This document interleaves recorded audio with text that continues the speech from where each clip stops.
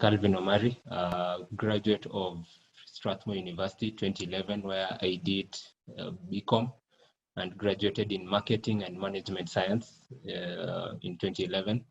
And I've been doing business ever since 2011. In fact, I started business while still at Strathmore. Basically, over the past 10 years or so, I've been focusing on design work and growing my design work, taking advantage of what I learned through marketing to be able to grow my company.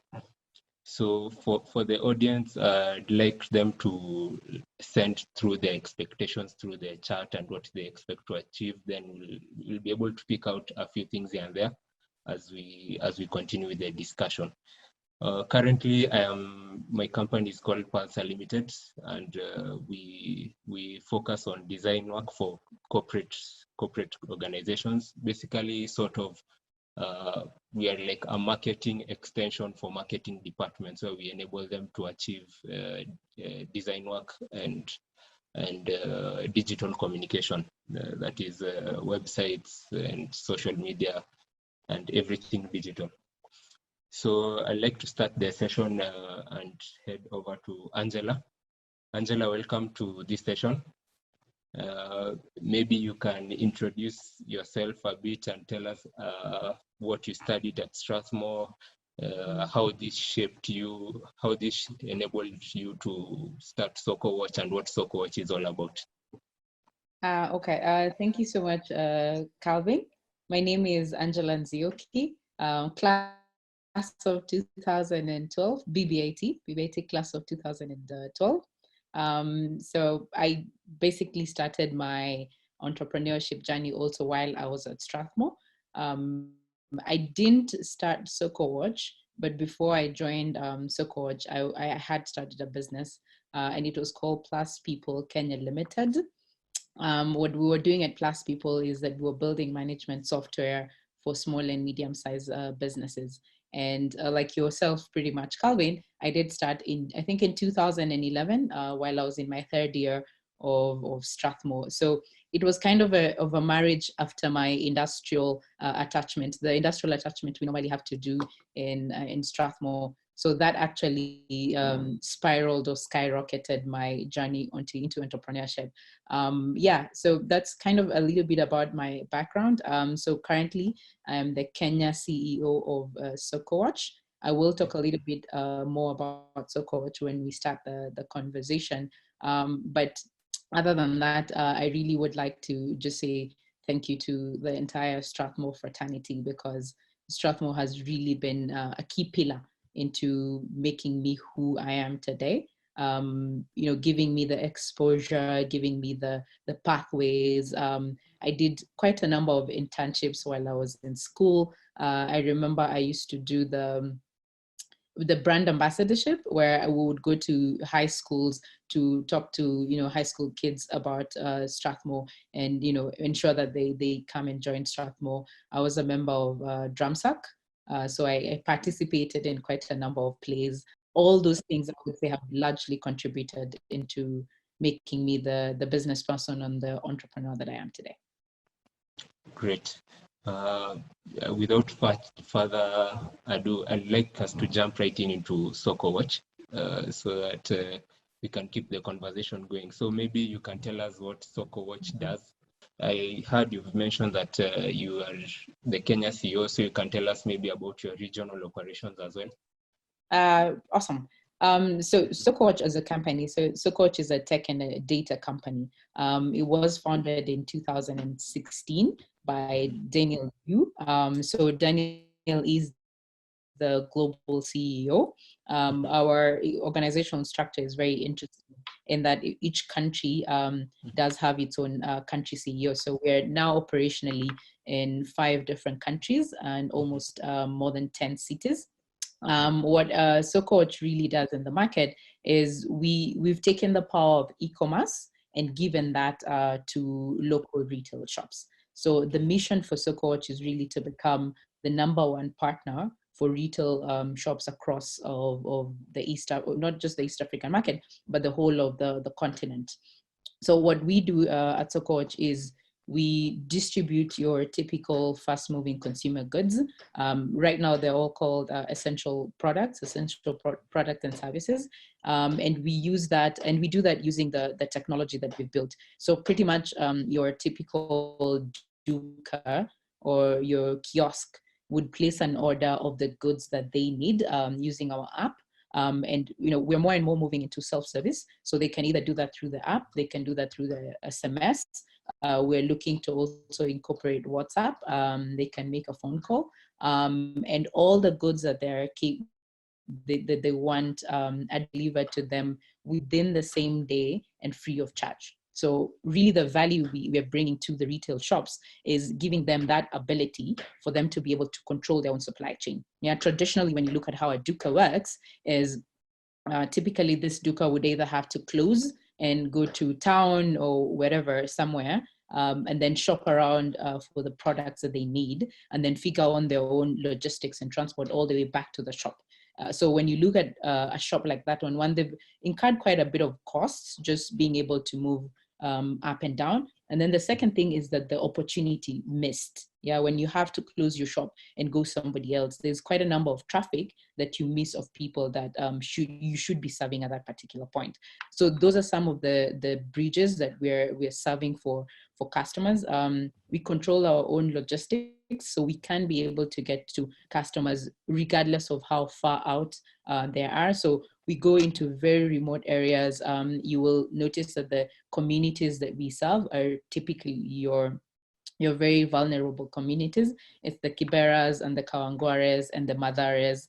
And we have, agents and salespeople that get into the shops within those regions. We don't leave anyone behind. Any shop that needs goods and services, one way or another, will make sure that they're capable of getting access to these services. And then the other really value add and the very important partner that I would like to mention is all our suppliers. And these are the people that we're getting products from. And the value really we're giving suppliers is being able to give them visibility of their shops or the people that are consuming their products. Yeah. Traditionally, also for suppliers, is they had very limited access to the last mile in terms of how to get their products. So we being a tech company has the capacity to be able to consolidate all the data.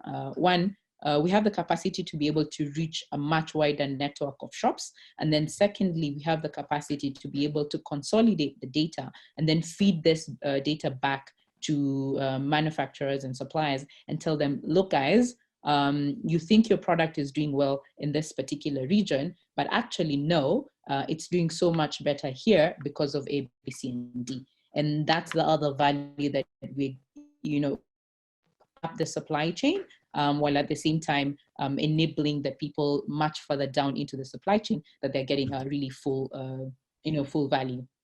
So basically, what Sokowatch does in a nutshell is connecting the suppliers and the shops or retail shops around Kenya directly to each other, as opposed to the traditional model where guys used to go to town, shop for a few things here and there, then go back to the shop, right?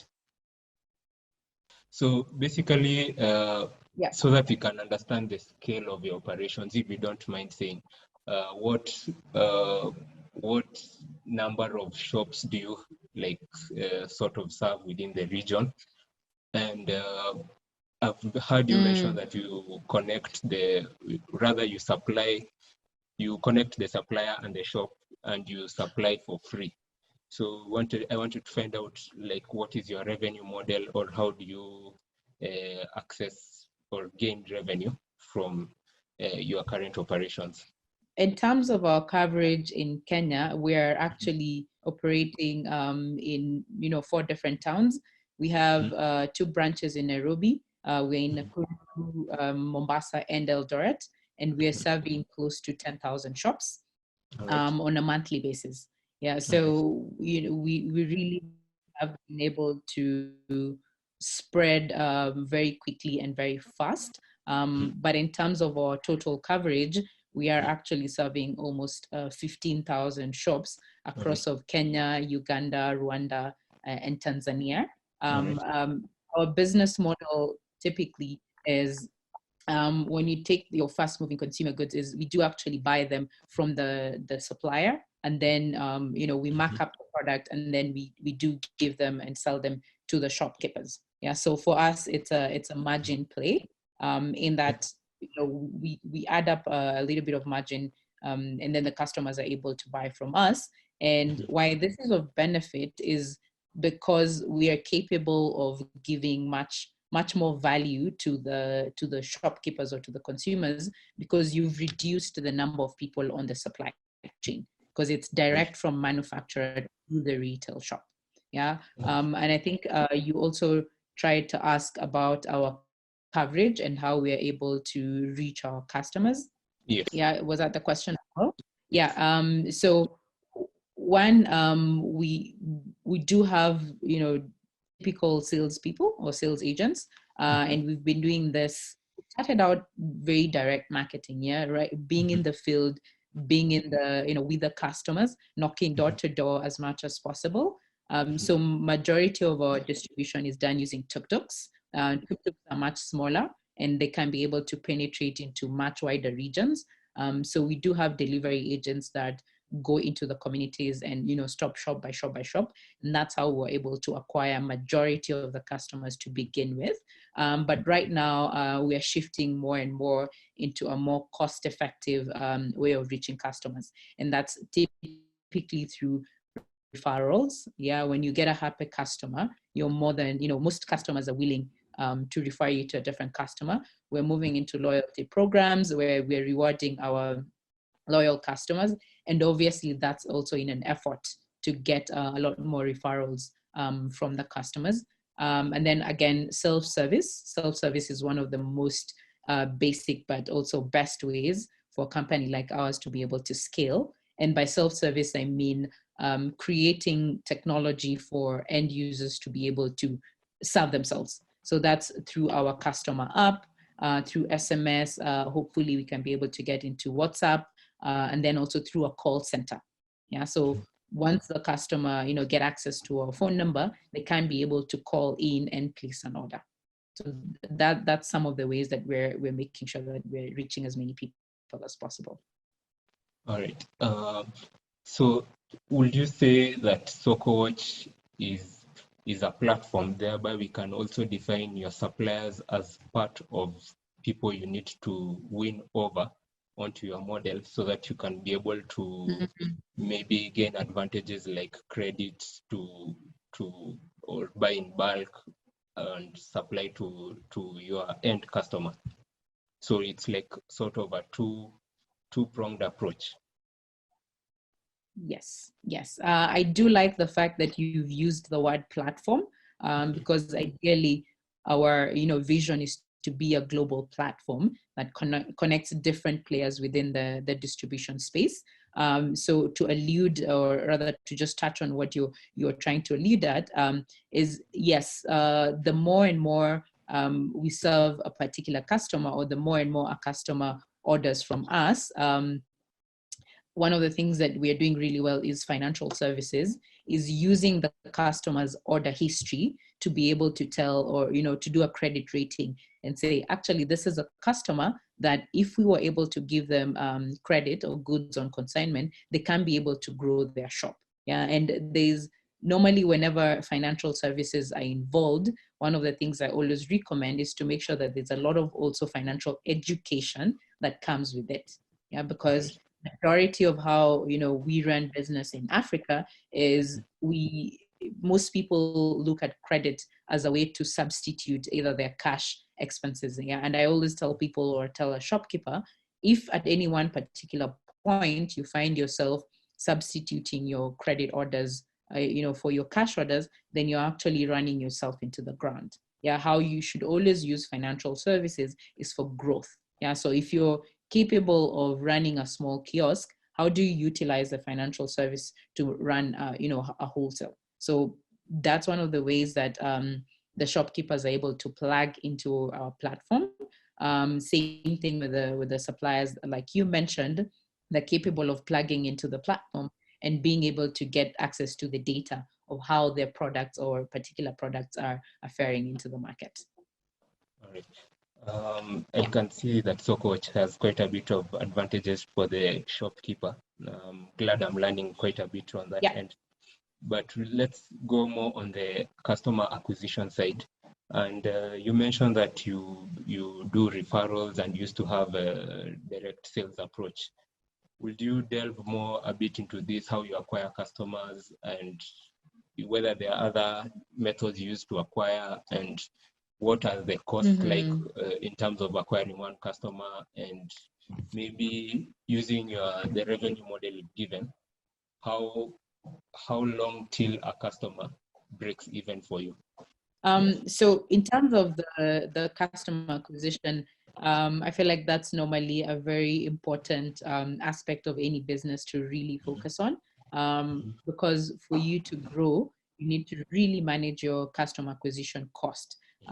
So the first thing, like I said, that we started out with, especially around 2016, was direct marketing. Yeah, so going into the field and registering as many shops as possible.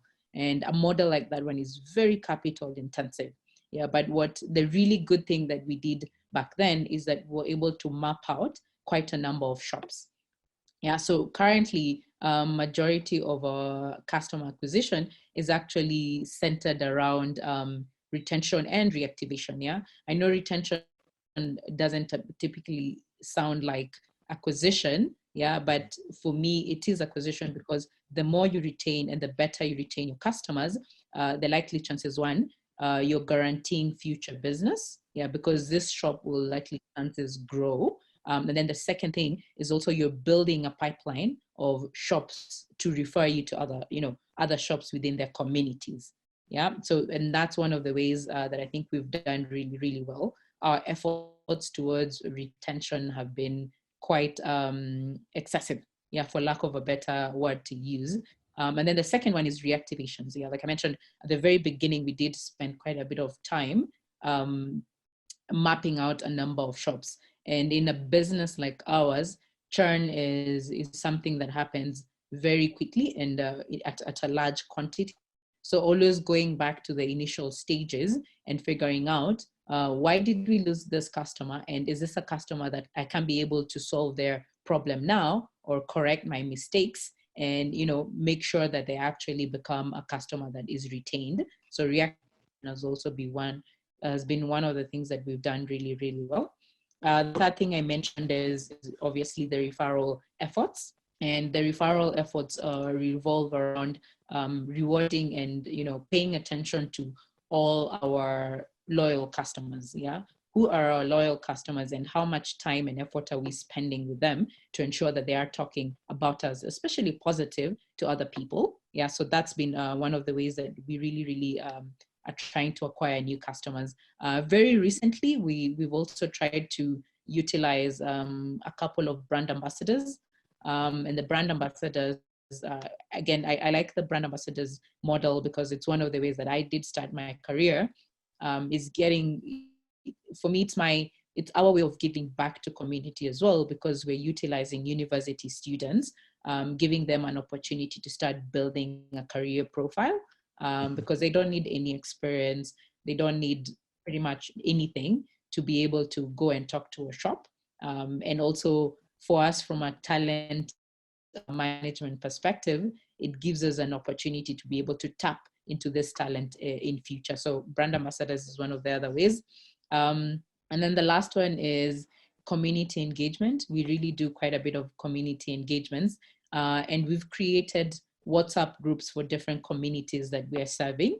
And we put effort into engaging the community, not just from a transactional perspective, but also from a personal relationship. So focusing on the relationship building, making sure that we're addressing issues. Take, for example, when the COVID-19 pandemic hit, yeah, how quickly were we to respond within our Duka communities to make sure that we're communicating to them that we're here to support, after all this is said and done, we're still going to be here to support you. So quite a bit of community engagement. And then the last one is frequent visits. We do visit our shops quite a bit quite a bit of the time. And we recommend that everyone, regardless of how high up the ladder you sit, that at one particular point, do visit the shops. Know how these shops are faring, have a conversation with the shopkeeper, try and understand the business, because the different insights that we get from our customers are capable, or is what is enabling us really be able to build up on where we are from. Yeah. All right. You mentioned retention, and Yeah.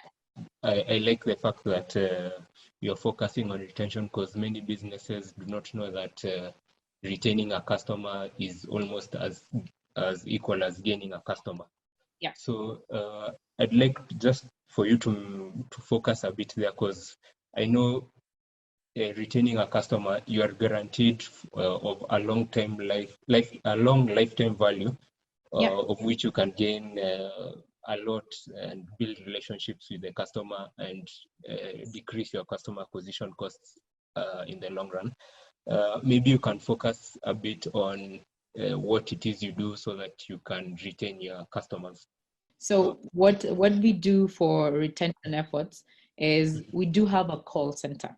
Yeah, Mm-hmm. so we have a call center, and the main role of our call center is really to make sure that they're reaching out to our customers on a daily basis. Yeah, there are customers that we actually call every single day. And more, we're getting to the point where we're trying to retain our customers almost on a weekly basis, going through our entire call list or on a weekly basis. So basic as we reach out to them. So let's just start from there, making sure that we've reached out to all of them, each and every one of them. It doesn't matter how big or small an order customer makes. If they're our customer, we will put an effort to be able to call them. So that's just step one. And then step two, when it comes to retention, moving away the relationship from a transactional perspective. Yeah, because a lot of customers, when they see them as just how much money they mean to you. Yeah, then you likely chances will miss out on an opportunity. If somebody comes and disrupts your space, or a competitor comes, you will lose that customer very, very quickly. Yeah, so one of the trainings that we do for our call center and our salespeople is, how do you relate to this customer? Not just from how much, what the order size is it that they're going to give you, but how well do you know them? Yeah. So, and when it comes to customer data, the way we're collecting our customer data is, we always make sure we know the name of the shop. We always make sure we know the name of the customer. And we always make sure that we are registering the customer history. So if I'm a call agent and I'm picking a call and I'm talking to Calvin, I know last time when I talked to Calvin, these are the issues that we talked about, or this is what Calvin ordered. So also even knowing what is Calvin's frequent order, yeah, and what is Calvin also missing out on his basket, and how can I suggest things that Calvin would need. So kind of customizing every call to a particular customer, so that they also feel like, oh, okay, this is a customer that really appreciates and knows me. And then the third thing that I think now we need to get better and better at is rewarding our loyal customers. Yeah. Appreciating their efforts, appreciating how long they've been with us, making calls. Funny story, there are some incidences where if we get my direct manager calls it the CEO call. If a customer is having troubles, there's sometimes that I would call a customer and say, hi, I am the CEO of Sokowatch. I hear you're facing certain challenges. How can I be of help? Yeah, and Daniel, even our global CEO, yeah, that's true. Daniel, our global CEO, sometimes even creates videos that we share with our customers, where he's just coming and saying, hi, the global CEO of Sokowatch. We're very happy and glad that you're our customers, and we appreciate your business. So coming back and saying, we appreciate who you are, we appreciate the journey that you've chosen to work with us. If you ever have any challenges, please let us know. So for me, when it comes to retention, is, the one thing I will always say is move away from the transactional and really look at a customer as, who's this person? How can I be of help to them? Uh, I can see someone in the comments saying that you should venture into fresh produce, vegetables, fruits, farm produce. Is it something in the works, or it's something you're currently doing, connecting farmers and the shop? Because I believe most shops do sell a bit of vegetables. Yeah. I wouldn't say it's something we're doing right now, or it's something we're planning to do long term. Case an example, well, fresh produce is a whole supply chain on its own, and even the storage requirements are very different. Yeah, for fresh produce, you do need cold storage, something we haven't looked at yet. And for us, the FMCG space on the continent, it's almost a 200 billion-dollar business, yeah, and we've not even scratched the surface, yeah. So before we move into a new space, we are trying to just focus on the space that we're currently in, and making sure that we're serving everyone, yeah, or serving as much as possible before we ever decide what else can we get into the same distribution space. What we will, and we are constantly doing, is adding on to services that impact these customers directly. Yeah, and I mentioned our financial services. So that's a product that's directly linked to the distribution of your essential goods. Yeah. Enabling a customer be able to increase his order size by giving them goods on credit. Some of the other things that we're also venturing into is healthcare services, yeah. And this came from the interactions we have with our customers, because we realized there are situations where a customer has been placing orders, and then they stop placing an order, and when you have a conversation with them, you realize they actually got a family emergency and they had to spend majority of their money. Yeah, so that for us becomes an opportunity of unlocking potential for this shop.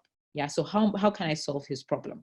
Yeah, but if somebody else is solving the fresh produce, let them solve that. But if there's no one solving a particular problem that this customer is facing, now that's where we get really, really interested. All right. I'm sure now, guys, sort of get the scale of the operations, how you acquire customers, and how Sokowatch generally works. And you mentioned somewhere the COVID-19 crisis or pandemic. How has it impacted the operations of Sokowatch? And yeah, just generally give us an outlook on that.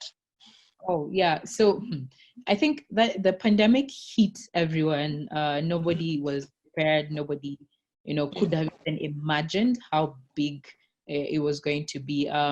But I would say for us, how that has impacted us is really realigning, or bringing us back to the table and saying, what is it that we ventured out to do? What was our mission, and what was our vision, and how true are we being to our mission and our vision? Yeah, and we've been lucky about the fact that Dukas were classified as essential service providers. So Dukas didn't close, so they stayed open. But what we observed with a lot of shops is that their buying capacity also reduced, obviously because a lot of people lost work, and the people, especially the people within the communities, they couldn't be able to spend as much as possible. And we realized that a lot of product purchases shifted to really the basic commodities: your flour, your sugar, your rice, and all the other things kind of became nice to haves and not must haves. So for us, just going back to the table and saying, how are we guaranteeing the supply of these commodities to the shops to make sure that they never miss out on those opportunities, and even the little money that people have remaining, they're capable of getting access to that good.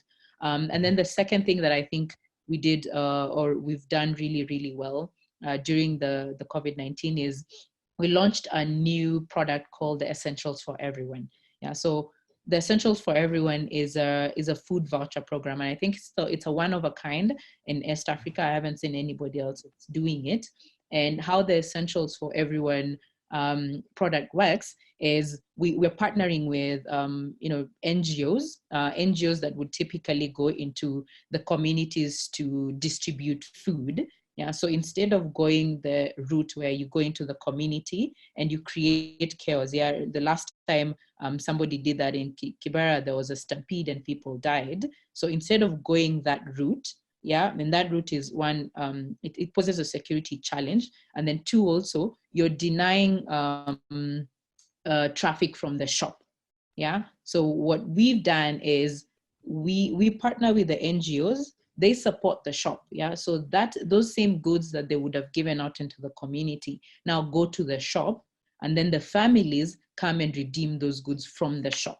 So what this does is it still gives the support to the communities and to the families within the community, but it maintains the economic activity within the community.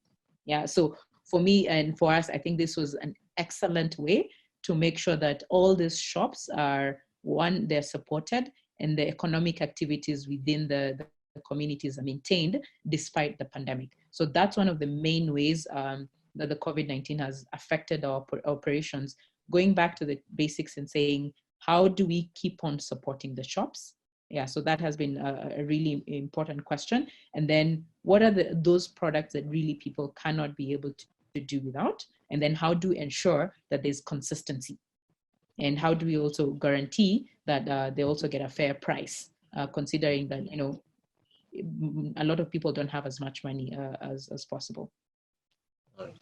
Yeah. So maybe just to generalize towards entrepreneurs in general, many businesses normally plan for risks, like let's say the common 5-year election cycle we normally have in Kenya, whereby we need to be prepared for that. But the COVID-19 came abruptly and changed the way we do business and give entrepreneurs something to ponder. So is there maybe an advice you have to entrepreneurs who are trying to plan for their business, how they can plan in the long term for such kind of risks, and not necessarily COVID-19, but generally risks in general, so that they can be able to mitigate them in their day-to-day operations? Yes. I think for me, the one advice I'd give anyone, especially an entrepreneur, is know your numbers. Yeah. Okay. If you've never taken an accounting in a financial course, start. Take one. Yeah. Because the best way you can ever plan for your business, either short term, mid-term, and long term, is through your numbers. Yeah. Through financial modeling. And I'm not even saying, like become the financial expert, but just understand the basic concepts of what a P&L is, and what a balance sheet is, and what your cash flow is. Yeah. Because with your financial modeling, you can be able to plan out 5 years from now, and what your numbers should tell you is 5 years from now, what's my best case scenario, what's my likely to happen scenario, and what's my worst case scenario. And your worst case scenario should cater for eventualities like the COVID-19. Yeah, nobody could have anticipated that.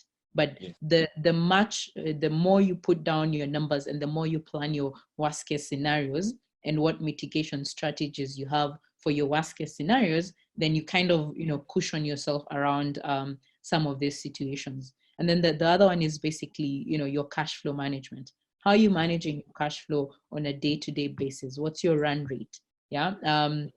And I like one of the things that I really, really like what we've done with Sokowatch is the core role of the country CEO is that the country CEO is the P&L owner. So what the CEO really just focuses on is making sure that we're protected from a financial perspective. Yeah, not the fundraising, but the money that we have today. How are we spending it, and how are we making sure that this money is going to last us not just 2 months, not just 6 months, but a year from now, 2 years from now, and 3 years from now. But at the same time, how are we making sure that we're growing towards profitability? So if I was ever to give any entrepreneur an advice on how to plan for eventualities, is know your numbers. If you can't articulate your numbers, then you don't know your business.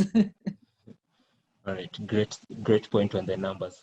Now, just to move back on the customer acquisition, what will you advise just generally entrepreneurs on Yeah. how they acquire customers and how they can keep their costs low, and maybe how do they integrate that with the current situation we are facing right now of COVID-19?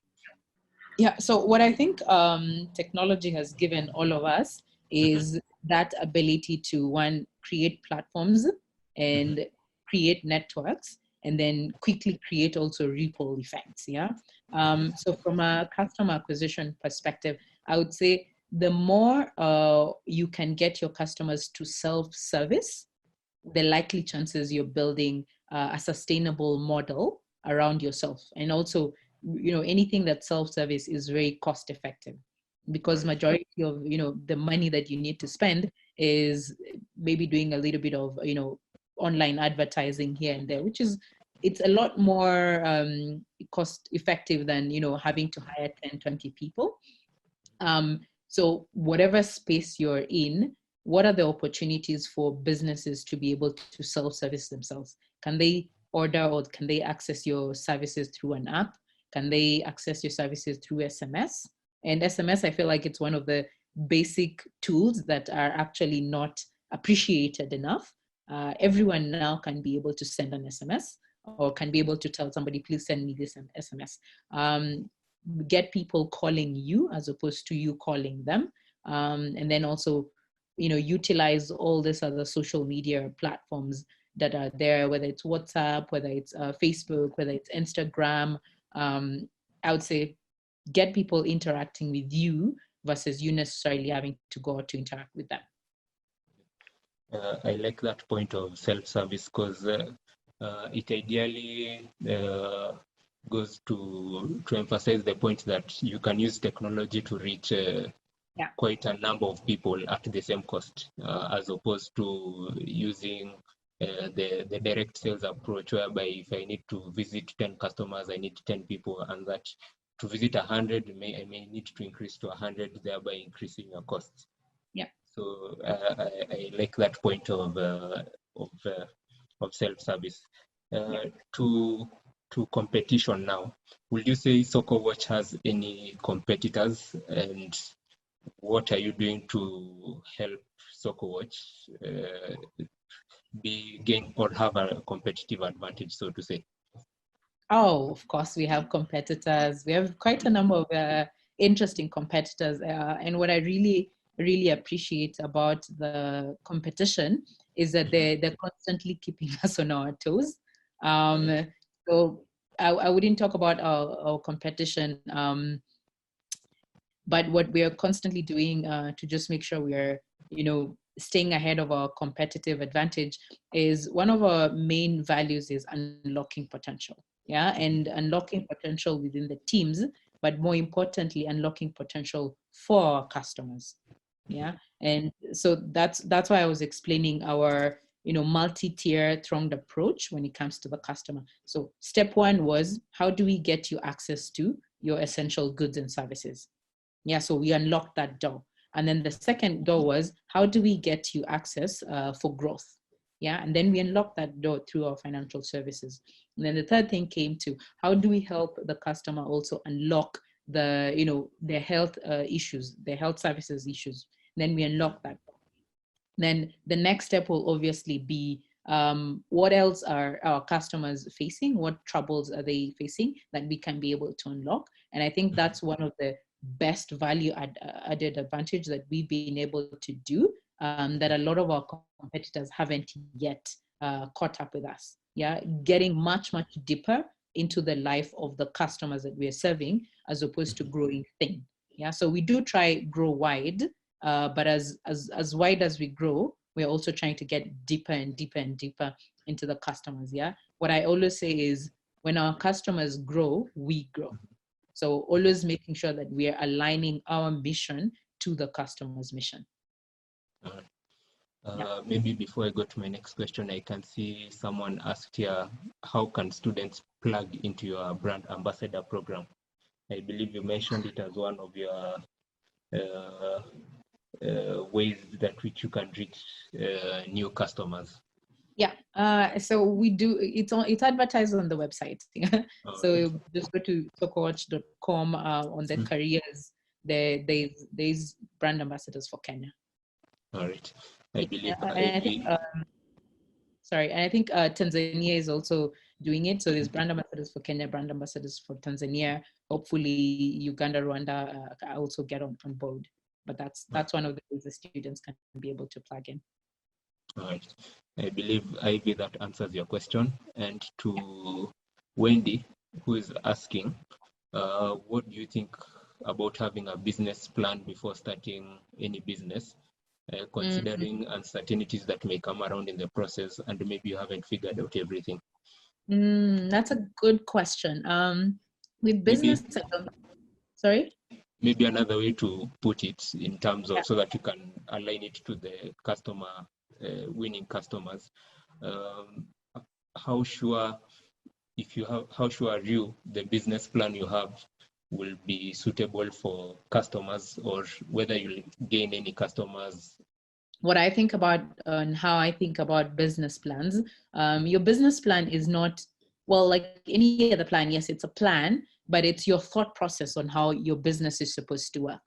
Yeah. So how I approach my business plan is me putting down my thoughts on paper and articulating them, and then coming back and reading them and seeing, okay, how am I implementing this, and then how am I adapting? Yeah. So in a lot of situations, even when I started out, by the time I finished writing one business plan, by the end of it, things have already changed. So there was never a particular point where I said I had figured everything out, or my business plan was complete. So my business plan was consistent. I was always updating my business plan almost on a monthly basis, because things are always changing. Yeah. So I don't think you can ever get to a point where I say, I've completely figured out my business plan. It's done. Now let's get into this. Yeah, I would recommend start where you're at and keep putting all those thoughts down on paper, and then keep changing or adapting them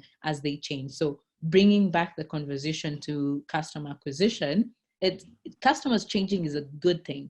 Yeah, because when customers change, they give you an even a new opportunity.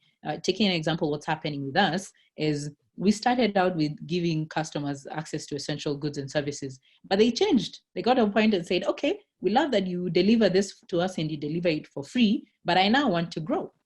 Yeah, how are you going to be able to solve me? So that opened another door for us. And then they got to a point and said, I'm closing my shop because I don't have money. How are you going to help me? That opened another door for us.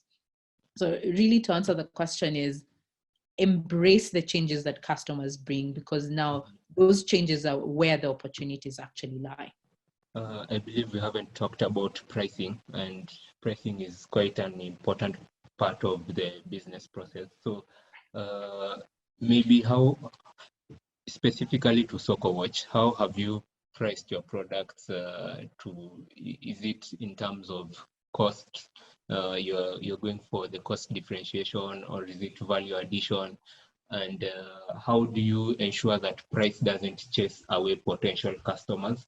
And Mm, maybe you can touch on discounts because some customers want discounts from the onset. How do you manage that or yeah. avoid that so as not to dilute the value of your business value that you're providing? Yeah, I think that's another really good question, especially for the fast-moving consumer goods space, because in our space, price is very volatile. You can Yes. wake up one day, the price of sugar is one, then the next day, it's completely gone the other way. How we're trying to solve that is consistency. Yeah. And when I say consistency, is a lot of competition and competitors try and play the price wars. Yeah, the price war. It benefits the retailer in the short term, but long term it doesn't benefit anyone, because now you mess up the market. So what our pricing strategy has always been is, we will be consistent, and we will be consistent based on what the market price is. Yeah. So if the manufacturers and the supplier has set this as the market price, we will match the market price. We will not be cheaper, i.e. we will not try and undercut the market, and we will not be try and get greedy and increase our prices to make more margin. So as much as possible is always to be on the market price. And with time, customers are also learning that about us, and it's building that confidence within them, because they know tomorrow, if things go haywire, Sokowatch still have me because they've been consistent. Yeah, so that's one of the things that I would say has really informed our pricing strategy. And then just going back to, again, customer acquisition is removing the relationship from a transactional perspective. Yeah, this customer, if they know that you see them as how much money you're getting from them, they will leave you when somebody comes and is cheaper. So how do we make sure that they feel valued? And I think you asked the question on loyalty. Yeah, how do we make sure they feel valued? How do we what do we give back to them? I think one of the really good things that we've done around also the COVID-19 period is we were part of a conglomerate of companies called the Project Safe Hands, where we're distributing free essential products. So free soap, free sanitizer, making sure communities had access to water. So being able to participate in such programs and bringing those programs to your customer, because now they're like, oh, okay, during this period, Sokowatch gave us free soap to just make sure that we are in line with all the measures that were being put in place, and we're also giving back the soap to our communities. Yeah, so constantly shifting that conversation and constantly shifting that relationship away from the transaction to actually where the relationship lies, and constantly focusing on what is the value that I promise this customer that I'm going to give them, and am I actually delivering that value? Right. There's a question from the audience on financing. I guess financing is quite a big part of building the business, and it's something that quite it bothers a lot of entrepreneurs around here or everywhere in the world, so to say. So the question basically is, how did you acquire funds to scale your operations, especially outside Kenya? And maybe to put it in a view, in the customer acquisition view, would you say that the revenue that you are gaining from customers helped you build the business, or there were other sources of financing that helped you scale the business, especially with growing it outside of Kenya? Okay. So yeah, that's a good question. I think as a company, we have been very lucky. We have been very lucky because we have been able to raise quite a bit of funding from international investors. But even before we got to the funding bit, there was a lot of groundwork that was done. So the history of Sokowatch is actually very humble. Yeah, it's very humble. Sokowatch started distributing chewing gum. Yeah, so it was chewing gum, and it was being distributed in backpacks with people running around from shop to shop. Yeah, so it was very tough, and it was very difficult, and it was very challenging at the very beginning. But what we did really, really well is we got resilient people. Yeah, and by resilient people, I mean we got a lot of young people. Yeah, we got the youth, and there were youth from the communities. So it was a lot of young people from Kibera, young people from Kawangware, who nobody would have ever looked at as a resource. Yeah, and we said, you know what, look, here's an opportunity. We want to be able to distribute all these products to all these people. How do we, do it together? And the other really important value that I would like to highlight for Sokowatch, or from Sokowatch, is ownership. Yeah, so every single employee in Sokowatch is an owner, and it's one of those values that you don't need to see written anywhere on the wall to know that people live it. So everyone is an owner. Everybody has stock within the company. So everybody contributes as if they're the owner, and it started from day one. And that gave us that additional edge because we were able to scale very quickly to people that would alternatively have not gotten those opportunities, and we made them owners. So even before we got to the funding, the humble beginnings, and bringing all these different players together, enabled us to be able to increase our customer coverage, and then increase our products. And then that's when we were able to come to the table with investors and say, this is the proof of concept, and this is what we've been able to do. How can you be able to help? And then that's when we were able to raise a bit of funds. All right. I guess for me, maybe back to the pricing point before I come back to the funding issue. For me, I guess what I can add on to that in terms of pricing is that my business is more of value-based rather than calculating your cost of the cost of the product you have, then adding a markup. So I guess I can advise entrepreneurs out there who maybe are in design business or a service business that they really can't quite put a finger on their pricing, is that they should maybe try and assess what their value is and what the value they are providing. Because for me, it took me a long time to realize that the value I am providing to customers is time, not the design work. And once you understand that time is what you're giving other people, you'll know how to price yourself. So I guess it boils down to what value it is you're giving to the customer or your potential customer. Therefore, you can price yourself accordingly. This is especially to those in the service industry, like photography, design work, videography, and whatnot, because I get a lot of entrepreneurs who struggle with that quite a lot.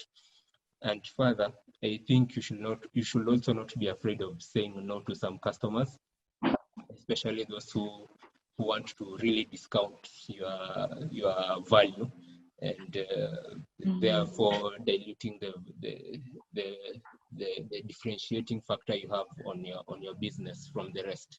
So I think very many businesses are still afraid, or when you're young or as a young business, you're afraid to say no to some, because it's like we have this mentality of you can't say no to money.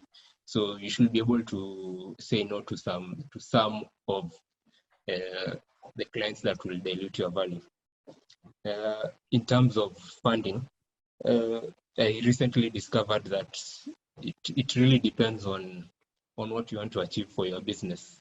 So if you want to achieve growth, you'll really sacrifice other things so that you can achieve growth, especially how much money you put back in your pocket will determine how further you can grow.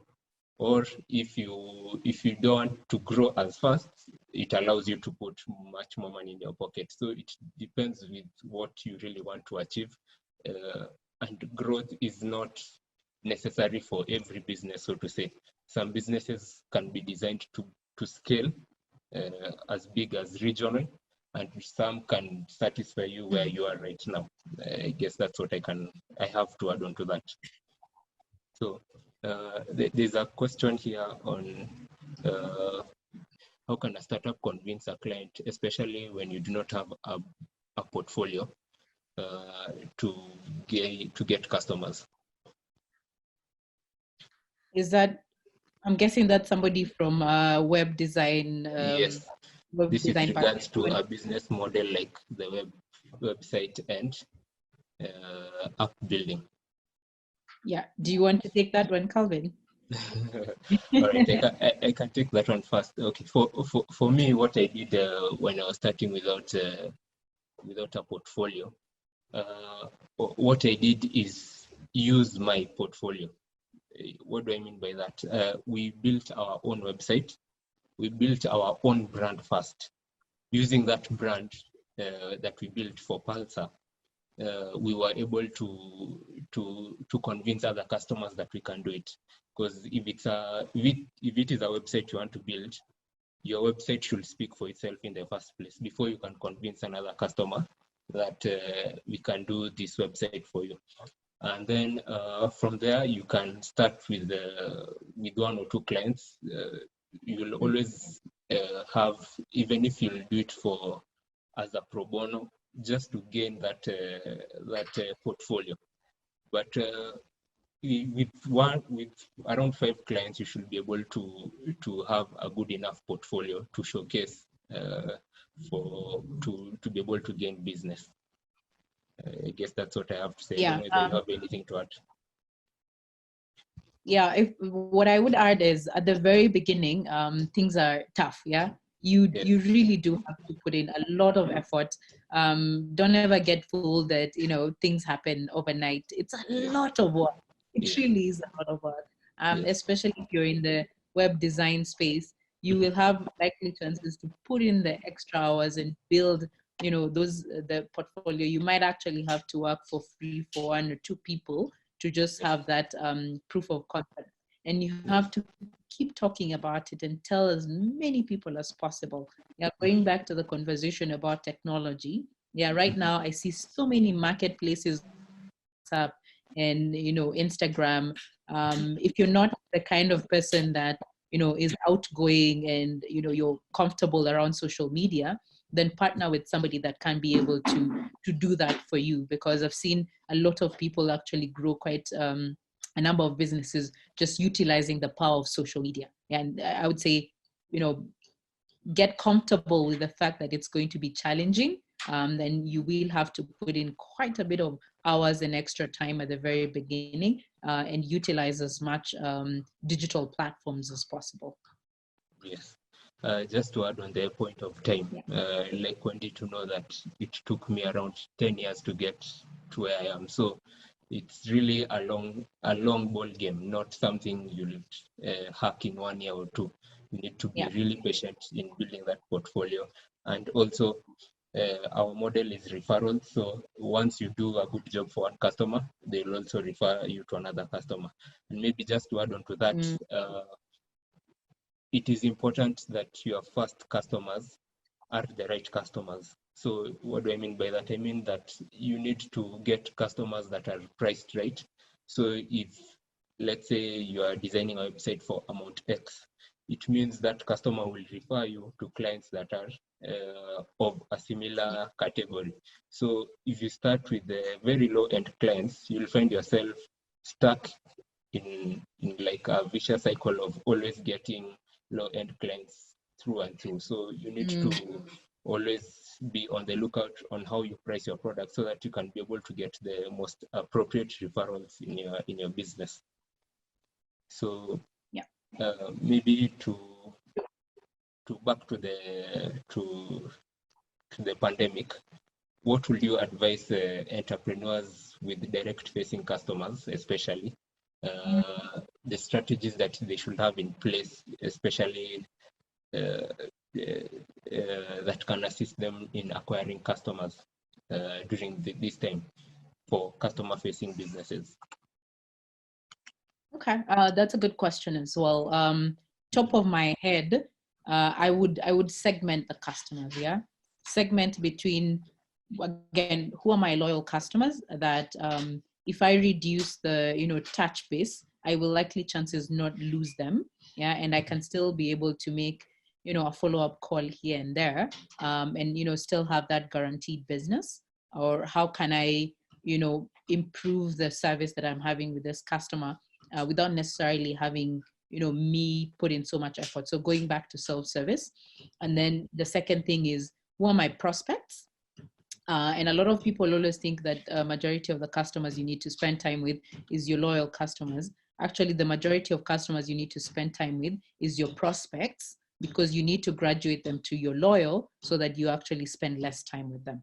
Yeah. So anyone with customer, facing clients, who are your prospects? These are the people that you need to spend time with. And then all the social distancing, all the measures that we are putting in place, can you be able to practice them and still be able to maintain your customer facing clientele?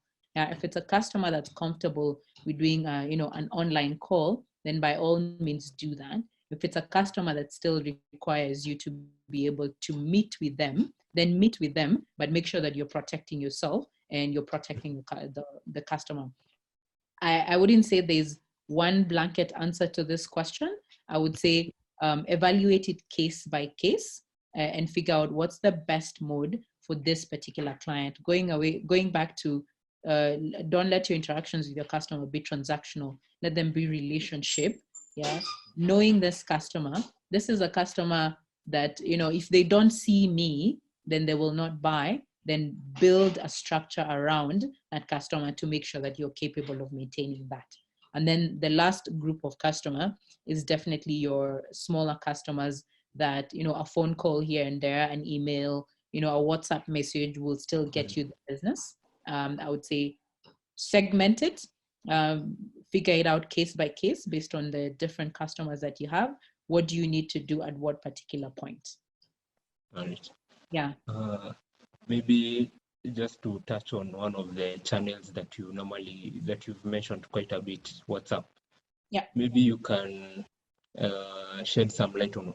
Personally, I've never used it for business, so maybe you can shed some light on how it can impact customer acquisition, how people can take advantage of that channel, because it's quite a bit of a direct channel, and I believe it has its own advantages to certain businesses. Maybe you can shed some light for the audience. Yeah. So again, good question. So what we did with WhatsApp, so two things. Yeah. You can be able to get people to order or place orders or through WhatsApp. Yeah. So question is, where do those orders get channeled? Yeah. So, and I do it myself. Yeah, I constantly, you know, go on Instagram and see somebody has put their phone number there, and I will save the number and go to WhatsApp and WhatsApp them. Yeah. So just adapting to what people are doing anyway. Yeah. So for us, it's, are there figuring out, are there customers that would be comfortable, you know, placing their orders or interacting with us through WhatsApp? And how do we build a process and a system around them to support that behavior anyway? And then the second thing that we've done well is the community of Dukas. Yeah, but in this particular case, we did have to get consent from the customers. Yeah, and we're very clear that we're forming a community of customers or Dukas, and this is the purpose. This is what we will do, and this is what we will not do. So setting the expectations also right, so that by the time a customer is opting into the community, they know what to expect. Yeah, and making sure that you're holding everybody accountable so that it just doesn't become another platform of noise. Yeah, so I would say anything to do with WhatsApp or anything to do with online, you actually have to define what your strategy is and what your etiquette should be, because most people get annoyed with WhatsApp because of the etiquette around how people handle WhatsApp, because they become noise. So, and that's not what you want. It has to be a value addition to the customer. And if it's taking away time and value from that customer, then you're taking away from your business. So you can't just jump into it without a plan. It also has to have a plan. I think my closing remarks around customers is, one, always try and figure out how can you unlock the potential for your customer. Yeah, going back to retention, yeah, your repeat business's guarantee is almost as good as new business. Yeah, so how can you always make sure that the customers that you have, that you're serving them the best way possible? And within that same customer, are there also opportunities for growth? Yeah, the amount of money you spend trying to find a new customer, can you be able to refocus that resource and make sure that this customer is, you know, growing? Because when they grow, you grow.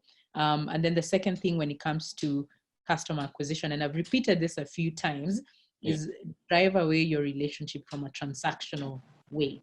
Yeah, the minute you know, a customer feels like you only see them as money, they will jump to the next ship. Yeah, so drive that loyalty, drive those conversations, and listen to them. Listen to your customers when they tell you, I have a problem here.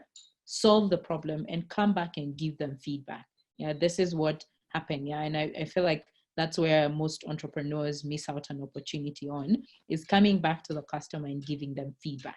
Even if it's a customer that has long left you, yeah, but you went and asked them and you asked them, why did you leave me?